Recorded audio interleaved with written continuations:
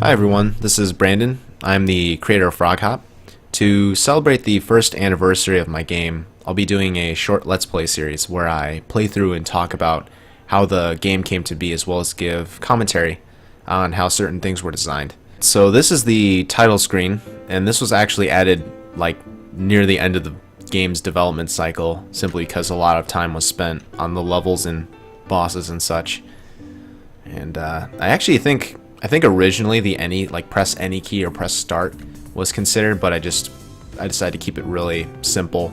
Alright, so let's go ahead and create a new file.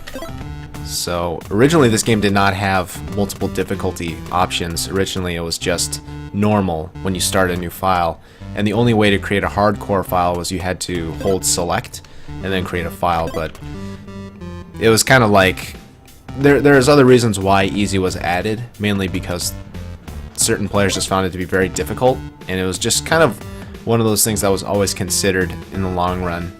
So it's funny how easy mode actually came back in full circle. So let's go ahead and start.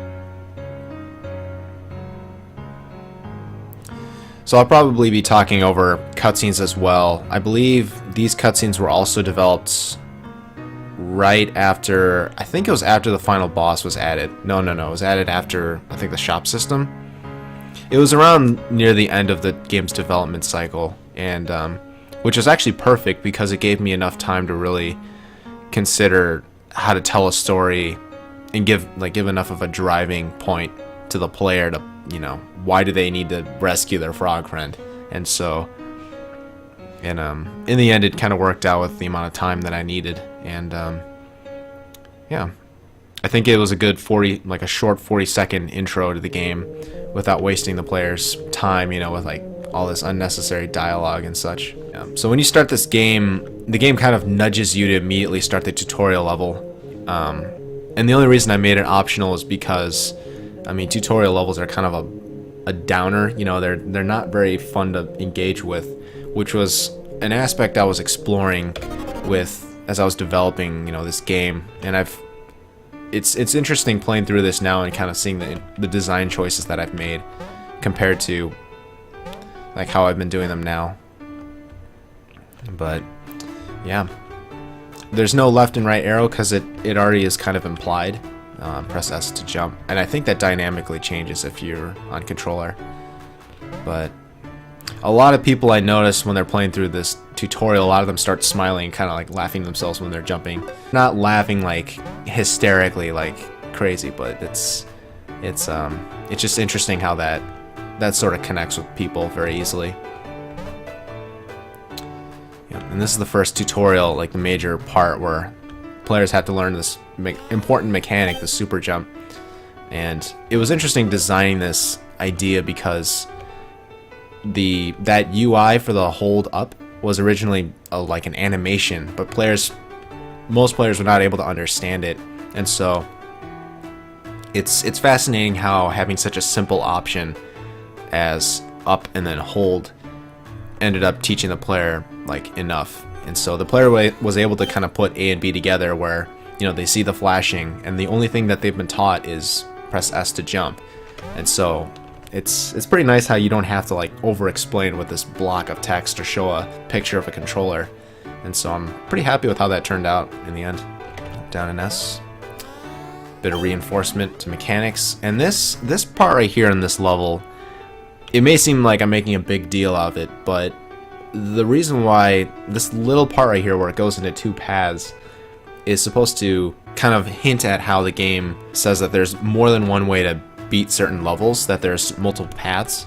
And so it seems like I'm over justifying it or something, but there is a reason why this part right here is kind of done this way. It's for implying something. I like the contextual up arrow there. That's nice. Camera function, which is probably the most neglected feature. I think if I ever design this game again, I probably wouldn't have this. But yeah, live and learn. I think that was influenced by Super Mario World's camera button. I think it was left trigger or something, which even then I don't think many people use that feature either. And yeah, that's turtles. The turtles were the very first enemy I designed. it wasn't really with the intention of copying Mario. It was more just I needed something that was really basic and moved slow, and it just made sense for it to be a turtle. So, and with, you know, basic teaching, you know, the player's already learned to jump. So you probably learn to jump on them, even if you've never played a game before like this. Even though most people played Mario. Press D. I also have tried my best to avoid using text for the tutorials. It just shows D, and just yeah. That's the kind of teaching I wanted to imply, was just focusing on having it be just press it and just see what happens. And I find that to be a little bit more exciting for the player versus just telling them, and it kind of ruins the surprise, you know. So this mechanic right here was thrown in very late in development, the spin move. I threw that in because I wanted to add a little bit more depth to the game, and it's one of those features where you don't need this ever to beat any of the levels. It's just an extra tool. So it's still a stun. It just deflects projectiles. I'll see if I can demonstrate that in the next level, but. Yeah, but I think when I was making this game in the beginning, you know, just having the jump and then the tongue kind of be like this one-two punch was very important in developing this game, and just having a good, tight, you know, good game loop, you know. I think your game loop has to be like 3 words. This game, it's literally jump and just like swing off stuff with your tongue, and then, I don't know, just collect stuff. That's literally all it is. And so getting those things just right was really important with developing this game.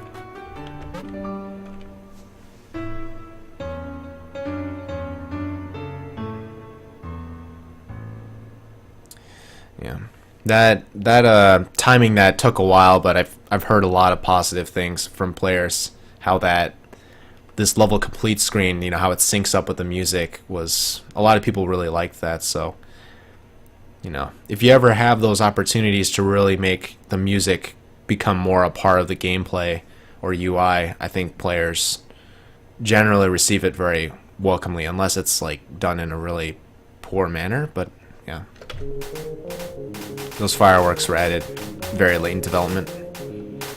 It's actually a very simple effect too. It's just random colors, and then it just plays a basic animation at a random position. I know, a little bit of nerd talk, but that's kind of how it's all pieced together. First level. This level was made before the tutorial level. Go ahead and get this. A little bit of reinforcement, because you can't reach these with a normal jump. You need the super jump to do it. And this sub area concept, there's many sub areas in this game where it doesn't lead anywhere. It's just a very short instance of a room. It's done that way just to kind of help give more exploration, because Kirby's Dream Land, I believe, is the first game to really influence the whole sub level idea. So I really like that a lot, and it also influenced a lot of enemy designs too. Checkpoint. I think the checkpoint originally didn't have that saved text appear, but I added that because some players didn't understand. So when in doubt, just use a little bit of wording. But right there was a deflection move, and again, you don't need that to beat the game. It's just an extra tool. But let's go ahead and go through this. You might have noticed me when I performed a double kill on the 2 turtles. They dropped a heart. That, I believe, was influenced by Mario Brothers 2. It's the game where Mario's like throwing vegetables and stuff, and if you get a double kill, they drop a heart. And I just like that idea. It really helped reinforce skill. Yeah, right there. There's a double kill.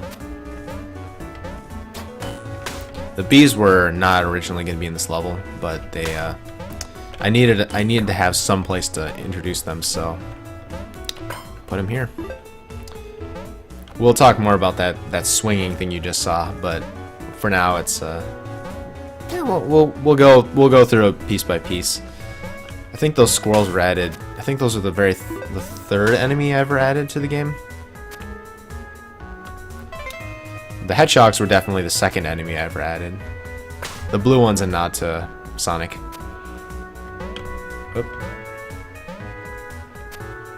And originally this level ended right here, but I needed an extra area because I wanted to teach a few more things.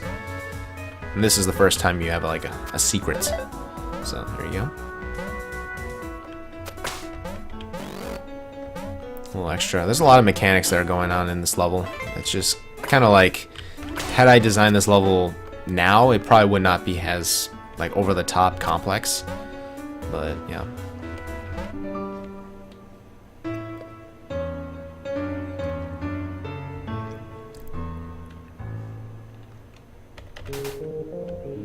Alright, go on to the next level. Actually, we can buy some, the shop was added very late in development too.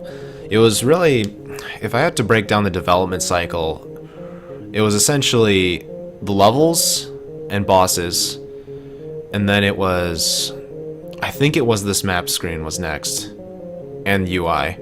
The menus were kind of done alongside the levels, but the shop system was definitely done late. In development. I think it took me like 3 or 4 weeks to do. So, one aspect of how I wanted to add depth to this game was I wanted to have charms where if you equip one, it can drastically change how you play the game. So, simple things like when you die, usually you start at 1 health, well, there's a charm that helps you start at 2. So there's little things like that that give you nice little bonuses when playing this game. I'll do this one. I can buy myself a charm. Originally, I think before patch 1.03, I think there was going to be the charms originally had like a lot of downsides to them, and a lot of players ended up not using them, and it ended up getting revamped because it just seemed dumb that the players invest, money, and then they're trying to buy something that isn't really that great, and so that got changed. I think if I'm correct, I think there are 26 charms, and I believe originally there were around 255 charm ideas, but I simply had to narrow it all down because it's just, I'm not making like a open world RPG or anything, so yeah, that got drastically cut down. Second level. This song hasn't changed too much.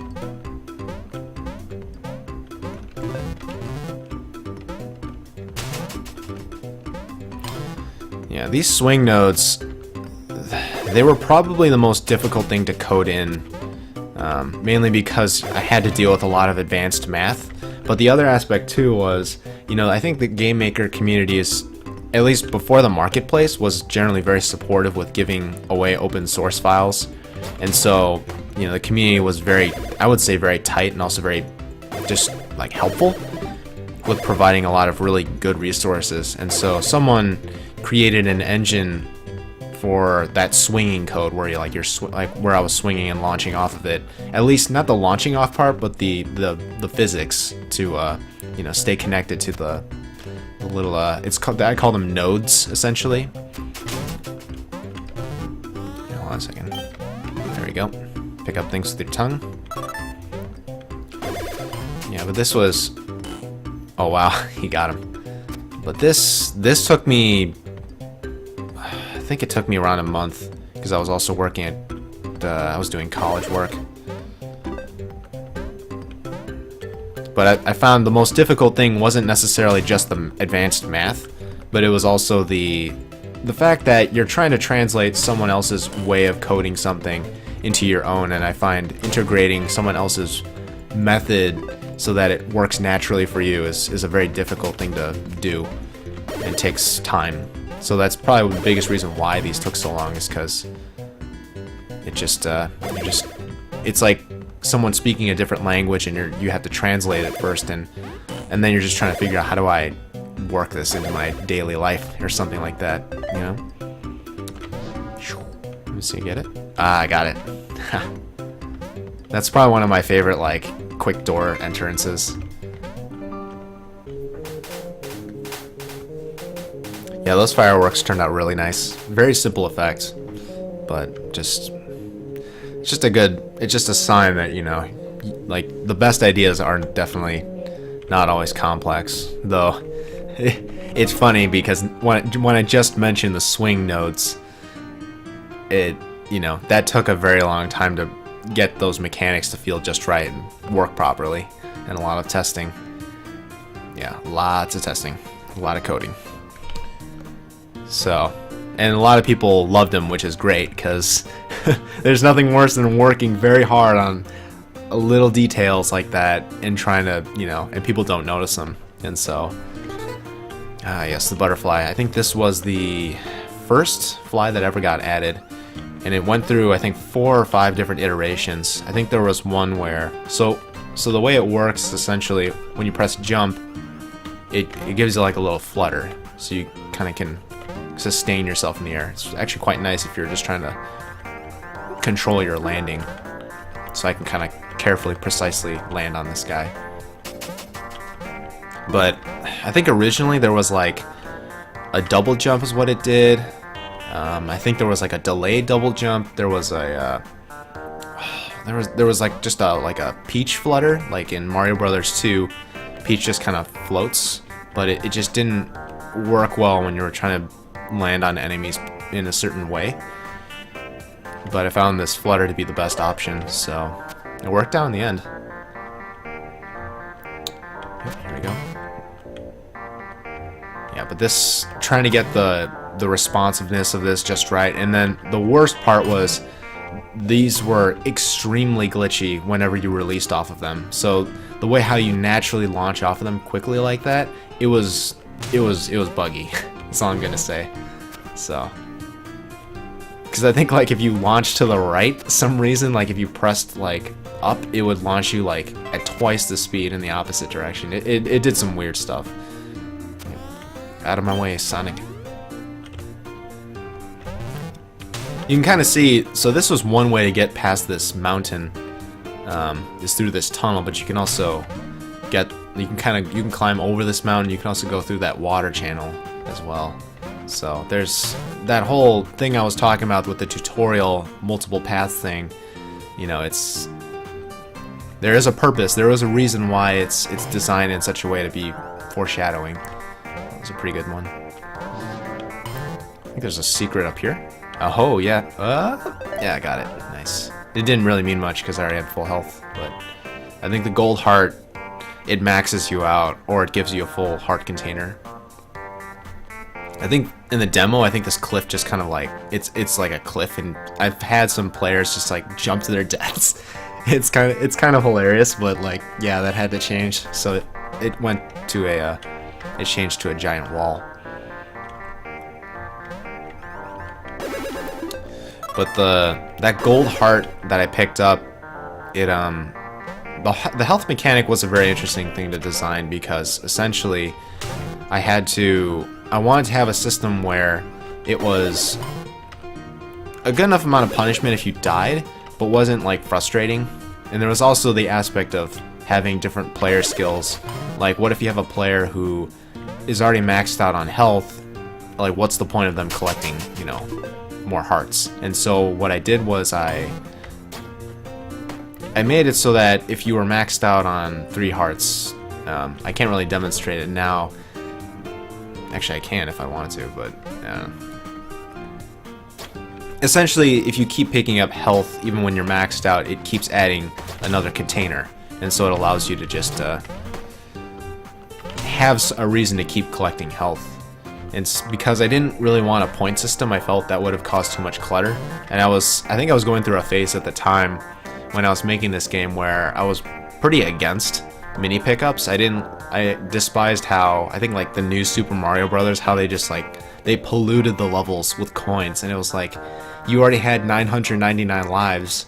What's the point of collecting these? It just points, like, yeah.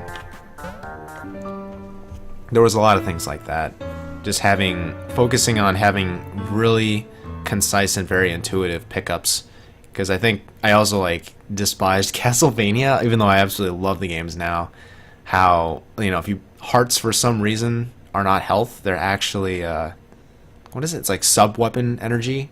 It is weird, and so I wanted to make it so it was very straightforward in the design with you know, hearts going to hearts, gems going to gems, and then lives going to lives. So I love how the map turned out though. This map art took me, I think, a week or two to do, and coding it took me a while as well, but I absolutely love how it's like a top-down, free to move around map. Originally, I think it was on rails like Donkey Kong Country, but I just liked how it was. I just like how it's free now, so it's pretty cool. And the art turned out really nice. I think if I ever had the chance in, like, I don't know, infinite resources or something, and I was like, I had to make a game, a Frog Hop game, I probably would want to do like a top-down like this, but make it like platforming, so like Mario 3D Land. I love that game because of how it's like that top-down platforming. But let's go to the boss. A lot of people really love this this song because it really implies a lot of like ominous tones, which is perfect because I really wanted to surprise the player with having the boss just kind of like come out of nowhere, and then they're like, oh no, wow, a boss, you know. I think having that genuine reaction was very important, and so that's why I made this song kind of like a little quiet and just kind of like something doesn't seem right, you know. That secret room, that was added because I wanted to reinforce the swing node, the green ball that you can swing off of in some way, but the problem was the boss was designed specifically to focus on the core concept of this game, which is jump on enemies to deal damage. And that is the core idea behind this boss design. And so all the other things like using your tongue, flying, and super jumping, the super jump is important for this fight, but the basic idea is jump on enemies to deal damage. So that feather I hit, just tongued out, you don't need to know this to be past it, but you know, there's like extra tools, just like the spin move, this charge attack. So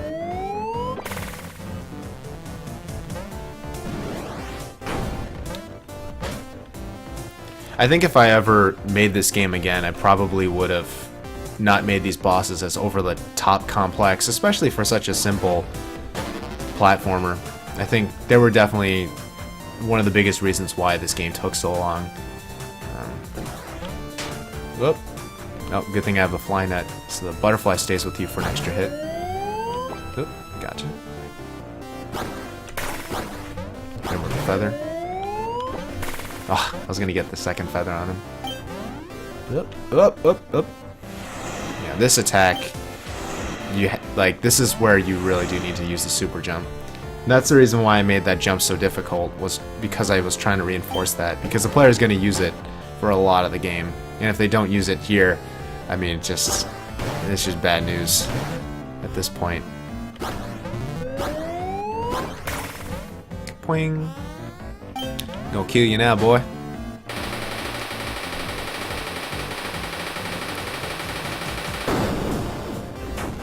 Nice. Yeah, doing the animations for the boss took a while, but it's probably one of my favorite aspects. Tedious, but it was fun. Nice. Oh man, this art. So the cutscene art, just like the prologue, was done near the end of the game's like development cycle, and it's just so interesting because this art was done during a time where there was a lot going on in my life, and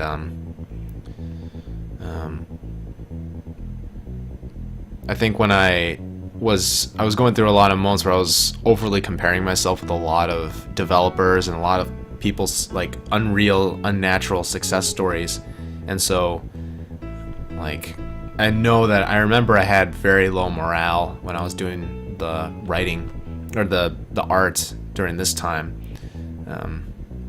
because it was kind of, it's funny that this game somehow landed on Steam. Like, I actually gave up because Steam originally had Steam Greenlight, where you post your games like videos and ideas on this page, and then the community, random anonymous people that you just don't know, would just vote yes or no. And this game was actually doing very poorly on it, but miraculously it somehow passed. So there was a lot of ups and downs with this game's development cycle, and so it's kind of a miracle that this game got past that, because it definitely would not have, and I probably would not have finished this game. But yeah, it's just kind of unreal that this game is done in a way. Yeah, because I do know I had very low morale because this game was not garnering much traction. People were not interested. It was a game I really did love, and I wanted it to be something that I was proud of. But it was also suffering from a lot of, like, people just were not interested. It didn't have anything special about it, at least from what I've heard about people's opinions. But it's and so it definitely caused a lot of despair. And so my morale, I know, was low when I was doing this art, but the only way I was able to get this game done was I essentially changed the way I approached development, where if there was a day where I was low on morale, I would just try to just do a very, very easy and simple task just for, like, on this game. It wasn't timed, it was just something as simple as just do a rough sketch of this cutscene picture. That's it. And that would take me maybe like 5 minutes. Really simple, really fast. And it may sound lame, but at the end of the day, like, had I not done that, this game would not have been finished. And so, yeah, it's kind of amazing that, because I think at the end of the day, like, if you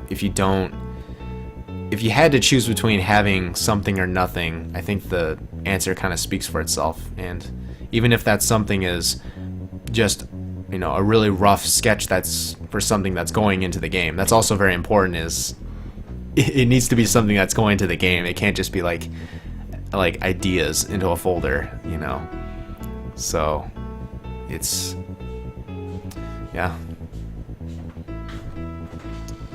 a little bit of foreshadowing. Nice. So this is the first world done. I'll probably be doing another episode now for the beach level. Thank you again for watching, and I hope you enjoyed the video. See you around.